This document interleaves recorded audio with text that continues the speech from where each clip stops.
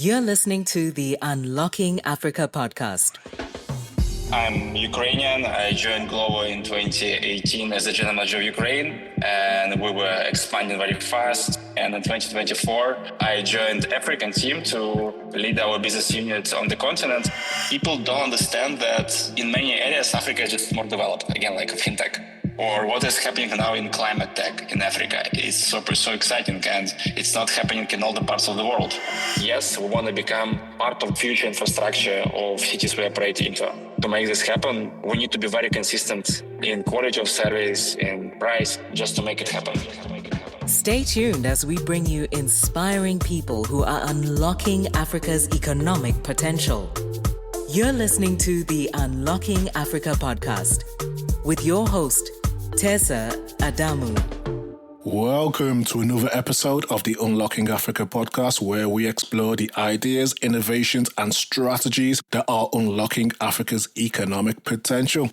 Today, my guest is Dima Rasnovsky, General Manager for Africa at Glovo, a pioneering multi-category platform connecting users with restaurants, supermarkets, retailers, and couriers to deliver goods on demand across cities. But this is not simply a conversation about food delivery apps. It is about how digital platforms are reshaping everyday commerce across African cities, how technology, logistics, and mobile payments are enabling neighborhood businesses to reach customers in entirely new ways, and why the rise of quick commerce, where products arrive in minutes rather than days, could redefine the future of retail across the continent. Dima, welcome to the Unlocking Africa podcast. How are you? I'm good. Thanks a lot for introduction. I'm super excited to be part of this Unlocking Africa journey, because the potential is really, really great. And for me, as somebody from Ukraine who just started to discover Africa myself, I'm personally super excited. Fantastic. As always, I like to start from the beginning. So I was hoping you could give us an introduction to yourself and also Glovo as a company as well. Yeah, sure. So my name is Dima. I'm Ukrainian. I joined Glovo in 2018 as the general manager of Ukraine, and we were expanding very fast and growing very fast. It was like at that time startup. Now we're not startup anymore. Probably we're a scale up or just mature company. And in 2024, I joined African team to lead our business unit on the continent. Also, fair to mention that we are present in 6 markets so far in Africa. It's Nigeria, Kenya, Uganda, Ivory Coast, Morocco, and Tunisia.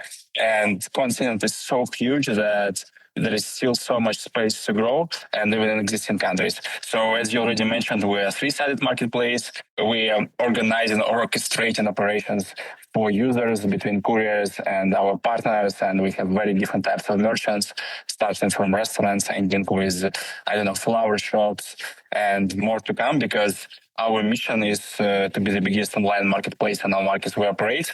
And in Africa, we see truly great opportunity because for some reason there are no Amazons, and e-commerce is still on early stages. And we see that with help of merchants, we can enable e-commerce expansion and e-commerce growth on our markets we operate. Fantastic. As you mentioned, Glovo is a scale-up, expanding very quickly and fastly. With that in mind, you have to take advantage of some of the opportunities that come from emerging markets. So when you look across sub-Saharan Africa today, what would you say excites you most about opportunities that the continent presents?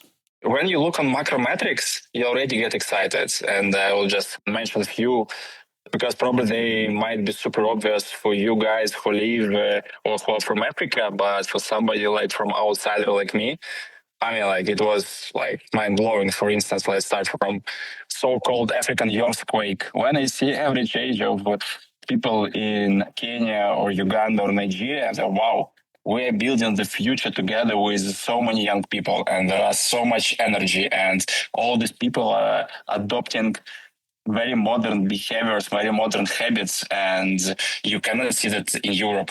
And for me, it's mind-blowing to see the fintech industry in Africa. So when I compare fintech in Africa compared to Europe, Africa is ahead despite all the limitations.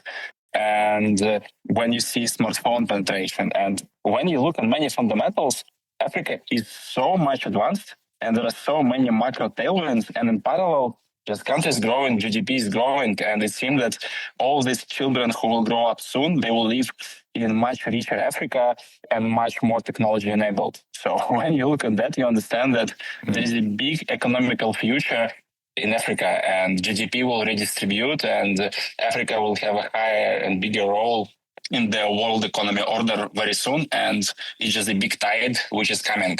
So you touched on something quite key there in terms of Africa having one of the youngest and fastest urbanizing populations in the world. How would you say, from what you've seen, analysed, researched, how would you say this demographic trend is potentially reshaping consumer behaviour? First of all, I think that in many senses, Africa is more digital native. And, I mean, for me, it was like the first time I came to Africa, we went to one of the suburbs of Lagos in mainland, which seems pretty much undeveloped when you look like from European perspective. And then you go to a small pizza place, which is, like a really, really small place and not the best neighborhood. And then they tell you that then they don't accept cash. You need to pay by card. They say, wow, can you imagine the same in any village of Spain or any even neighborhood? It's just impossible. There are still many places in Barcelona where it's working vice versa for many reasons. And I believe one of the reasons is that a lot of young population adopting a lot of this kind of habits. And they already world is super globalized. So wherever you live, like Africa, Asia, Europe, there is a lot of knowledge, and many young Africans building a very modern future for their countries, and that's why they're adopting their habits. And for me, probably it was a revelation, I would say. And bigger part of Africa is already digital native. Yeah. So I guess keep it on the theme of the whole digital native perspective. We know that in more mature markets, e-commerce has had time to gradually develop. That infrastructure as well has had time to develop alongside the digital aspects. But do you think Africa could potentially leapfrog some of that and go straight into a digital first commerce kind of ecosystem? No, I think it's already happening because of despite there are a lot of headwinds, but there are a lot of infrastructural issues. So because for many reasons, there is no huge capex budgets available to build all the grocery chains or even electrify all the places and cities. And that's why Africa cannot go the same way as Europe or even China did just by design. That's why I believe that Africa will leapfrog certain stages, like it happened with desktop. There was no desktop in Africa. You guys jumped directly to mobile, and similar things are happening in e-commerce. How it will happen, I don't know. But as I said, it's super cool to be part of this journey. And one of my beliefs that probably Africa will leapfrog in a very much quick commerce game, much faster than Europe, US, or any other parts of the world. How is a different question, because again, as I say, when you see that in certain areas of even big cities like Lagos, there are issues with connectivity or issues with electricity, it's clear that infrastructure solutions will be different. Or when I take modern trade development, like number of supermarkets per capita or number of supermarkets per square kilometer, it's totally undeveloped and it's a bit limited in growth. At the same time, habits are there. So meaning that there will be some way of solving it. What will survive? What will be the best way? We will see soon. And Africa is moving very fast, and it's interesting to see how things will be shaped. As you mentioned before, you're from Ukraine, and obviously this experience with Glovo is your first kind of foray into the African market. So what were some of the misconceptions that you had or people had about the continent before you went in, looked in, saw yourself what is actually happening on ground? Probably, first of all, I would say that it's not even misconceptions. We need to make a step back. It's probably lack of awareness of many things. First of all, we say a lot Africa, but I mean, Africa is so big continent. It's so different. And for me, like when you look on the map, you think that Africa is like even smaller than Russia, just because the way Africa is being, like on the map. But then when I realized that from Abidjan to Nairobi, there are more kilometers than between Spain, between Barcelona and Kiev in Ukraine. I mean, it tells you that even in SSA, things are much more different than in Europe. And it's like understanding this is also already a big thing. And for me, it was a revelation, like people in Kenya or Nigeria or in Ivory Coast are so different in terms of behaviors. I mean, it's so interesting. And probably this 1 second, I think that people don't understand that, or that in many areas, Africa is just more developed, again, like a fintech. Or what is happening now in climate tech in Africa is so exciting, and it's not happening in all the parts of the world. So here we see that the continent in certain domains, areas is going a bit in a different direction. And I mean, all people need to learn. Probably also I didn't realize the size of young population. Again, like probably it's not misconception, it's just like awareness. But when you go deep, when you go to the cities, when you meet people, when you talk to people, you understand, wow, things are brilliant here and things are moving very fast here. I guess one of the things which I want to touch on today is an area that you guys are focusing on quite intently, which is quick commerce. So I wanted to see if you could introduce the concept of quick commerce and why you think it matters globally and specifically in Africa. So, I mean, the concept is that let's go back into the history. So one of the revolutions Amazon made in US when they said that we will deliver you things tomorrow, because back in the day, you had to wait 1 week to get parcel in US. And when they introduced delivering tomorrow, they disrupted the market. I mean, it was a huge shift. And like, for instance, I'm a big user of Amazon in Spain. And of course, by default, I expect to get things tomorrow. It's like a standard. Now, what is happening with players like Glovo, that when we enable local merchants with local presence, I mean, we by design make fast delivery. We make delivery like below 45 minutes. We started, of course, from restaurants, but now big chunk of our business is other categories, supermarkets, pharmacies, electronics, whatever. And we deliver below 45 minutes.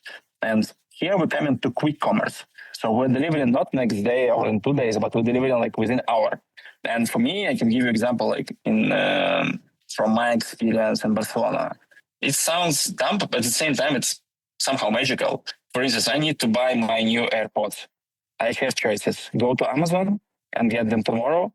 I can go to MediaMarkt or Fnac tomorrow or like in 2 days. Or I can go to Glovo and order from Fnac or MediaMarkt and get same AirPods at very same price, but in 45 minutes. And in my case, I'm getting them in 20 minutes because you don't need to cook AirPods and the store is 2 kilometers away from me. And wow, it's a big difference. So if I can order not only food, but whatever I want in 45 minutes, it's another type of disruption. I don't need to plan things and I can fulfill my needs at any point. And when we coming back to your previous questions, where Africa can leapfrog, I think that Africa can leapfrog e-commerce going directly to quick commerce, because e-commerce penetration in majority of markets is pretty low due to many reasons. And now when we enable more and more merchants also in many markets, we work with, like in Kenya, we have many partners in cosmetics, in pharma, or in Nigeria. So meaning that at some point you'll be able to order whatever you need, which fits 9 kilo bag of the courier, literally in 45 minutes. If there is a merchant with this category, meaning that probably share of e-commerce in total size of e-commerce will be much higher than in Europe, US, and whatever other place. And this is also super exciting because there is a high chance that e-commerce will be e-commerce standard for Africa, not classical e-commerce which we have in Europe or in US. And it's also like very much exciting because it will accelerate things.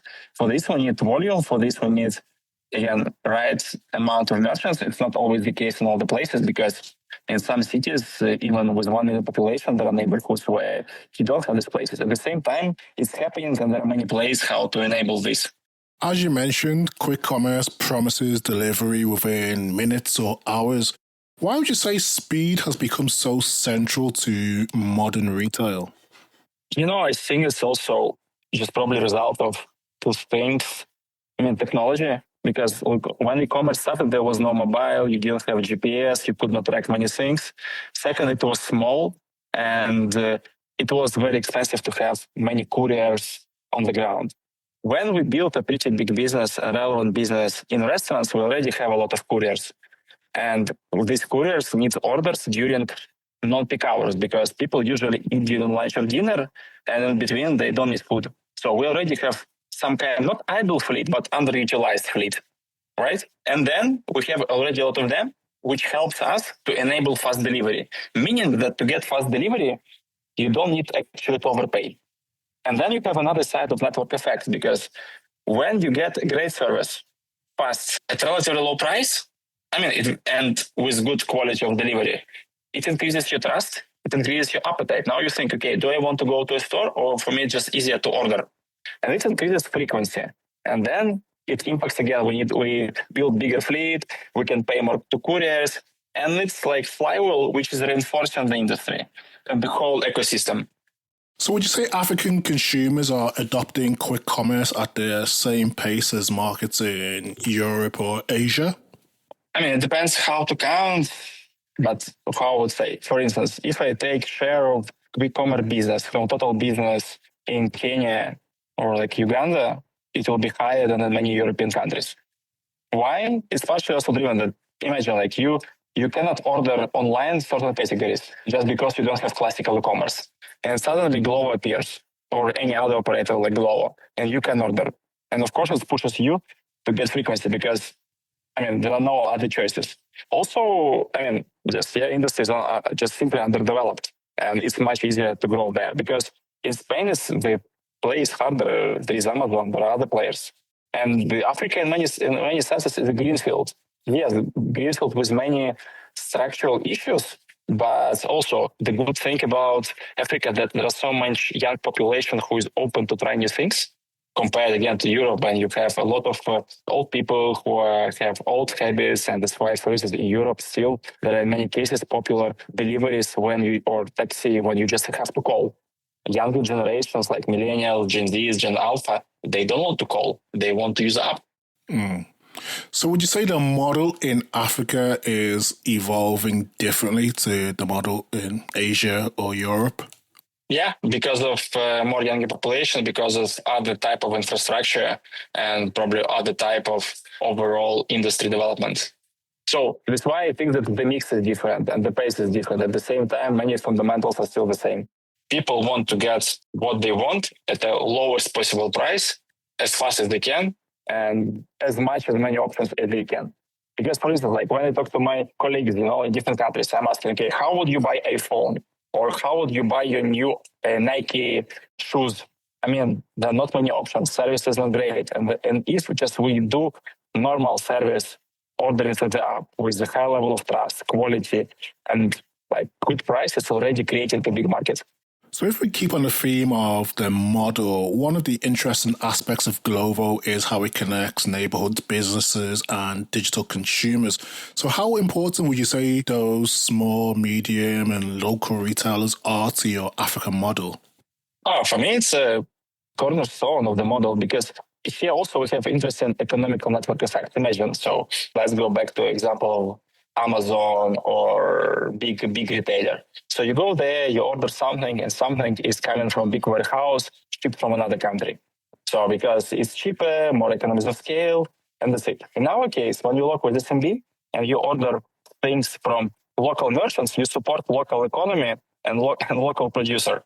And you don't support somebody very big. And that's why you support market fragmentation and you support market competition. And usually in many neighborhoods, you have a lot of local merchants. And now, for instance, like for me, the choice, if I order my AirPods from Amazon, most probably they will come from Amazon warehouse, which will ship from US. When I buy from Fnac, I'm supporting local chain, which will pay taxes to chain. Or even better, if I order AirPods from a smaller store, I will support local entrepreneur. And the same happens in Africa. You have a lot of small shops, and actually, like there are some chains, but there are not many of them. And in this way, when we have strong SMB, we support them, they get more orders, more revenues, and then they will be able to expand, but also they are able to spend more and improve infrastructure around. And it's also reinforcing the whole ecosystem. Because, in many cities, there are still many things to do in terms of infrastructure or offering inside every neighborhood. Because there are some developed neighborhoods, there are some less developed neighborhoods. So, and I think it's a really magical part of being hyper-local marketplace. For us to build a working business, we need to win neighborhood by neighborhood. For instance, if we are strong in Nairobi's CBD, it doesn't help us to make a great service in Tokaren, another neighborhood of Nairobi. Or if I have a good service or good restaurants and supermarkets or whatever in Lekki, in Lagos, it doesn't help me in Unilag on mainland. And this is, I think, also a pretty cool part, which forces us to go piece by piece and be super laser focused on what is happening on the ground in every neighborhood. So you mentioned that small businesses are critical to your business model. So when a small retailer joins Glovo, what kind of transformations do you typically see in the business in terms of the way it operates? I think it's several things. Like probably thing number one, that they're getting a bit more data-driven, because even from us, they get some information like about bad reviews, about quality of operations, getting understanding some benchmarks, and they becoming just more organized in certain way because they're getting more inputs. Also, for us, perfect scenario when we're able to drive good amount of orders to this merchant. And when it's not happening, it's a good starting point to have a conversation. Why is it happening? Is it a problem of platform? Is it a problem of pricing or product or whatever? And usually we're able to provide some benchmarks. But in general, I think that whenever you digitalize another part of the business, it's helping you to get stronger in other parts of the business, just through the data, through technology, and so on and so forth. Fantastic. So, we've touched on the digitalization of the businesses or the online element. So we can't ignore the offline element, which is quite crucial to business in Africa in terms of logistics and last mile delivery. So how have you managed to navigate that big challenge that many infrastructure, e-commerce, any type of delivery platform has encountered in terms of last mile delivery? How have you managed to navigate that challenge? To be honest, I cannot say that in terms of last mile delivery, we felt any dramatical new challenge. Actually, from logistics standpoint, from my previous experience, I had many other problems. Like, for instance, like winters in Ukraine or in Kazakhstan. Yes. It's also pretty challenging. And of course, in some markets, we saw some education problems when couriers or people who wanted to be couriers didn't know how to use Google Maps. So for us, probably it was extra challenge how to help people to get basic knowledge of using like tools which will help them to deliveries. At the same time, frankly speaking, I cannot say that it was a big challenge. It's just different. There are some specifics. Yes, you need, but same challenges we have in any other country, because organizing, orchestrating last mile delivery on the scale, it requires a lot of right technology in place. But at the same time, many things are being solved through technology, and probably that's why Glovo and many other operators in the field are striving, because having right technology in place, you are disrupting the industry. Also, probably I can mention that in some countries, many people, there is a category of people who want to be a courier, but they don't have smartphone. It's also one of the challenges. At the same time, in all these countries, there are many strong players who help people to get credits to get phone, or vehicle, or there are solutions. And again, Africa is evolving. But also, now you're reflecting on your question, I cannot say that I felt that operations in Africa are much more challenging than in all the countries. I would say that emerging market problems, and I saw it in Central Asia as well, or in Caucasus. So yeah. We just need to do our job. We need to scale business. We need to improve our technology. Business as usual. Yeah.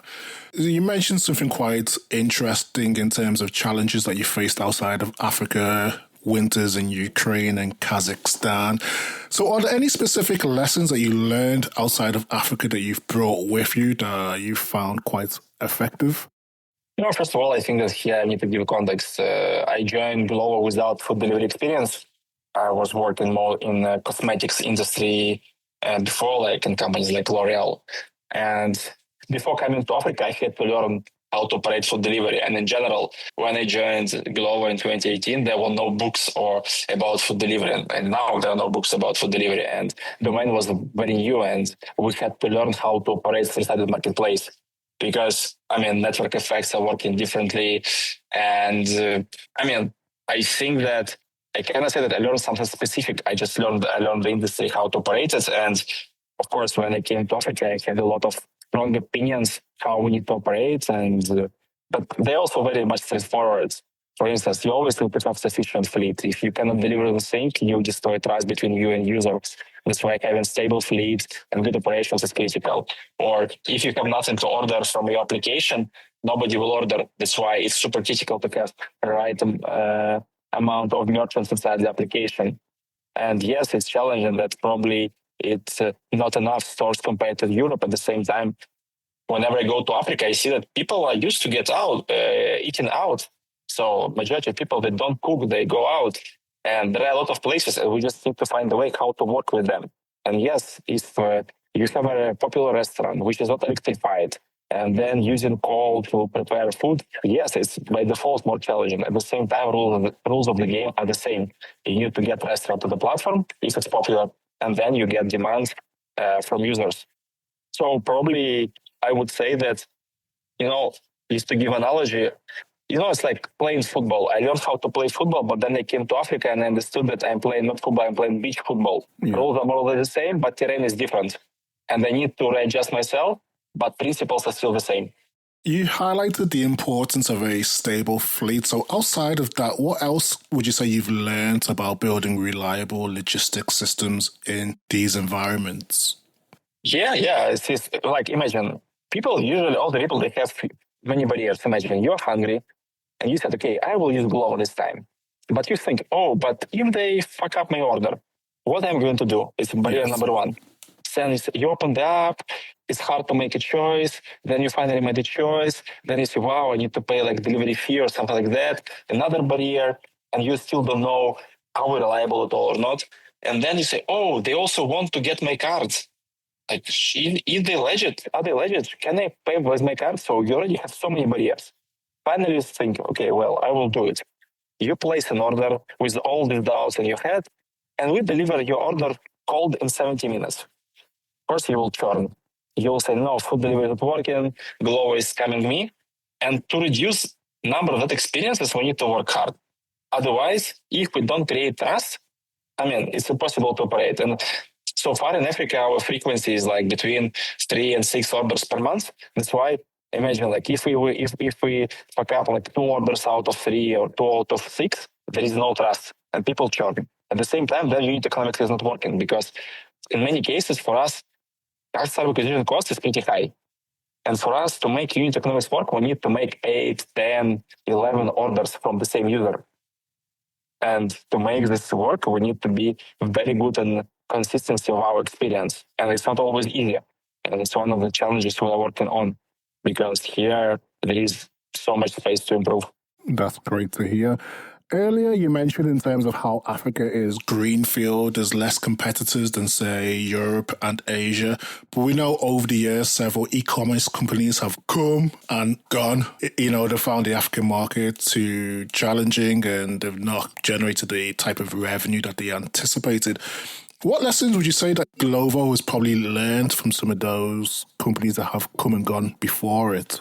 First of all, I think it depends on what you're expecting from Africa. If you expect short-term returns, I think it's just a wrong expectation. For me, it's a long-term game.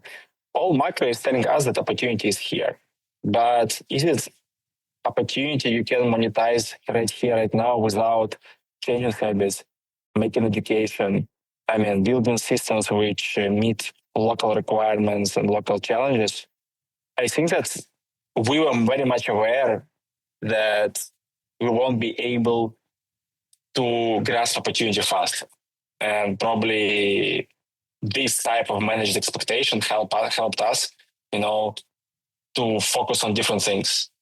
So secondly, I think that another difference that we rely a lot on local talent. And when you rely on local talent, you have A, less problems, B, your learning curve is much higher and you understand better what to expect or what will happen soon on the markets or what we need to do to get some reasonable short-term returns, but still focusing on long-term. And when I compare Glovo to many other e-commerce players, share of our local headcount is usually bigger versus HQ. And if I take all my team, majority of people are based in Africa and they're Africans. Despite myself, I'm being based in Barcelona and HQ. Interesting. So that's why, again, I think it's more about expectations. But again, I'm sure that, I don't know when, but if we do our job well, Nigeria will be the biggest market for Glovo, just because all macro, or at least the biggest one in number of transactions, because by GDP size, Italy is the biggest by number of population in Nigeria. So if you do things right, inevitably Nigeria will be number one in number of transactions in Glovo. But again, I don't know when it will happen. Yeah. I guess despite seeing some large players come and go over the years, we are seeing a lot more local, smaller startups, global platforms also, such as yourself, coming in, and some of those cross-border players also entering the space. So how do you see the whole e-commerce, quick commerce space evolving in Africa over the next couple of years? Yeah, so first of all, it's amazing to see how fast and how committed Chinese players are. I was surprised with how fast they're growing, but at the same time, it just confirms there is a big appetite in Africa for reliable service and good assortment at a proper price. So, and Temu, AliExpress, Shein are just demonstrating that. And this just shows that locally the need was not fulfilled. That's why it was easy for cross-border to develop. So also Africa is huge. I think that all of these players are doing very important things in education of the markets and shaping the market. So I'm sure that in the future, market will be pretty fragmented because so many people, so many different habits, so many different income situations. And I don't know which segment will win. I believe that we all will coexist at the same time. I believe that with the proper infrastructure improvements, Africa will just leapfrog into quick commerce, and all guys like Temu, AliExpress, whoever else, they will just have super big warehouses in key cities, and they will also deliver fast, having pre-ordered stock. But anyway, let's see. It's an interesting question, and I'm also looking forward to learn what will happen. But it's an interesting part of the job. But again, I'm sure that all the segments will extend in near 3-5 years. But let's see. I don't know. But also, what's a cool part here that the truth is that me and my team and teams of our competitors or teams of other e-commerce players, we're shaping the future. It also depends on how good we're in executing things, how good we're in grasping needs, and how we're good on acting on that. Because if we do our job well, we will define the future in a good way. So let's see. And I see that more and more talent get involved into building and innovating in Africa. So I'm super curious because also as a Ukrainian, for me, it's interesting to see that there are Ukrainian businesses coming to Africa. And for instance, one guy now is launching the bank, neobank in Nigeria. Also GG.ng is the biggest classified, is also Ukrainian, they're also present in Kenya. So it's interesting to see. Many people start to realize the opportunity, but then it depends who will execute the vision of the future in a better way or in a faster way. Fantastic. What I read is that Glovo's vision is to give people access to anything within their city on demand. So from an African perspective, how close would you say we are to that reality? Africa is growing fast, and I had to consider my expectations already several times. At the same time, I think that it's still a lot to play. It can take 3, 5, 10 years. But certain niches will go faster. Certain niches will go slower. It also depends on many things, which we don't know. But what I'm sure that Africa will move very fast. Yeah, because, why I'm a bit cautious with forecast, because, for example, like in Kenya, you have, 70 million people. And we know Glovo is a part of Delivery Hero, and Delivery Hero is present in really many markets, probably around 100. And we are present in various Asian countries like Pakistan, Korea, whatever. And when we compare markets, we see that, wow, you can get to 60-70% penetration. But the question mark, when 50 millions of Kenyans will start using quick commerce or food delivery, will it take 10 years or will it take 15 years? And I don't know. I just can make a bet that Africa will grow much faster than any other geography. And of course, there are, again, also, I don't want to oversimplify. Africa is super different, and there are different realities in different countries. And when I look at North Africa, it's closer to Europe in many senses. And in Sub-Saharan Africa, there are different countries with different appetite but again, countries like Nigeria or Kenya, I believe they will grow super fast and get to that reality faster than many other countries. And what contribution do you hope Glovo will make to that change? No, I hope that we will be part of this game, because, I think me and my team, we enjoy a lot the positive impact we do, because when you create earning opportunities for many couriers who cannot have another job just because it's not available, or when you drive more sales to local merchants and making them thrive, or when you just solve a problem of the user who now can just order things, it's great. And we want to keep impacting this in a good way. And yes, we want to become part of future infrastructure of cities we operate into. But of course, to make this happen, we need to be very consistent in quality of service, in pricing, and many other dimensions just to make it happen. Quote of the week. As people, we often have quotes, mantras, African proverbs, affirmations that keep us going when times are good or when times are challenging. Do you have one that you can share with us today? So, affirmation. Okay, probably what I tell to my team, and I was repeating recently a lot, that information becomes knowledge only when you act on it. And we know so many things, but when we don't act on this, nothing happens. This information fades away. And there are so many signals around that if you want to use this information as a knowledge, you need to act on it and practice it. And the world evolving super fast. So Africa, there is so much context. Also now this thing with AI, which is enabling many processes. If you don't practice, if you don't try things, it's not becoming a knowledge. And also second thing, probably what I keep saying, that to get new piece of information, you need to act. So if you have a choice to do nothing or to do something, is always to do something, because even if you fail, you learn something. So I think we need to always keep initiative in things we do, even if they will lead to some failures. But even having failures, you have a new piece of information which you can transform into practical knowledge. Wise words, and thank you for sharing that wisdom with us, Dima. I think from this conversation, it's quite clear that the future of commerce in Africa is not simply replicating models from elsewhere. It's about how it will be shaped by our own cities, entrepreneurs, technologies, and also the African consumer. So thank you for joining me on the podcast today. It has been an absolute pleasure, and look forward to seeing how Glovo develops and grows within Africa. Yeah, thank you a lot for inviting. And yeah, super curious what we will see in Africa in 2, 3, 5 years. So I'm super happy to be part of it.